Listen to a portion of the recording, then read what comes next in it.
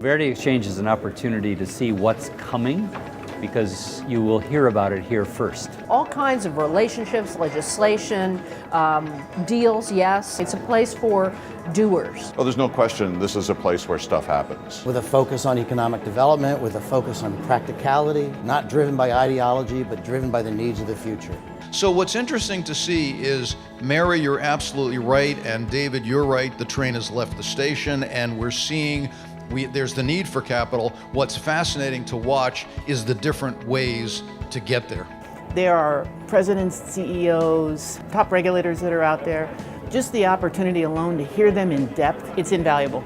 These are the people in the industry that you need to connect with, that you need to listen to find out what's going on in their arena.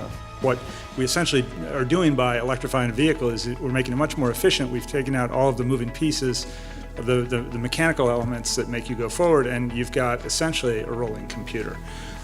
So that opens up a lot of other possibilities. Being able to have people from government, from education, from business, think tanks is a model about how we're going to be able to harness this power. It changes the way you think about whether it's your enterprise or your entrepreneurial opportunity, or from the regulatory standpoint, what is possible. And you see how it all fits together. They are all integrated systems, or they should be, and that's part of the point of the conference.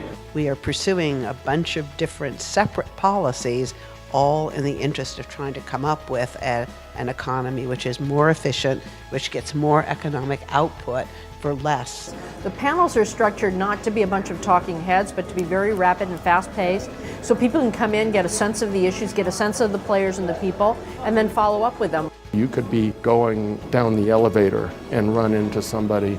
You know that you'll be talking with somebody who is making a decision for their particular agency or company. We need to listen to the lessons of the past as we have introduced new technologies in this internet age. But we also shouldn't be fearful and not do things that make a lot of sense. I think the Paris Agreement does contribute to a greater sense of momentum, a greater perception of surety. The fact that nations across the globe have to check in and fess up to what's really happening, I think gives a tremendous advantage to the green marketplace. Coming back from Paris tells us that California is on the right track.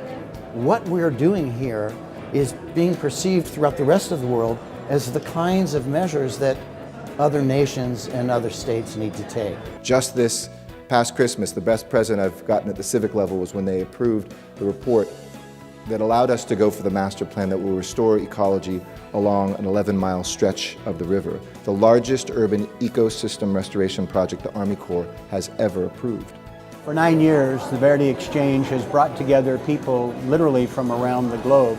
This is probably one of the most robust meetings of international dignitaries and otherwise at any place other than the United Nations. So Verdexchange is the preeminent Southern California crossroads for watching global trends. The best example of our innovation and our cooperation are just ahead of us. And we're now at that tipping point. We're now at that point where all of the technologies and things are coming together, where you're really being able to get real investment. It is creating a world, a marketplace, in which people can see that they can profit from being a part of that solution. It's not just a gathering of professionals and people that are interested in environmental issues and solutions. It's talking about the future and what's possible.